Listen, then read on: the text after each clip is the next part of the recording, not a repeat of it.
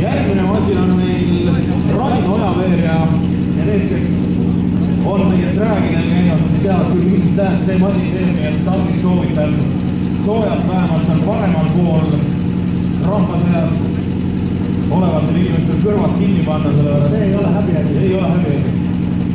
226 kilomeetrit tunnis on eelmises võidu tulemas.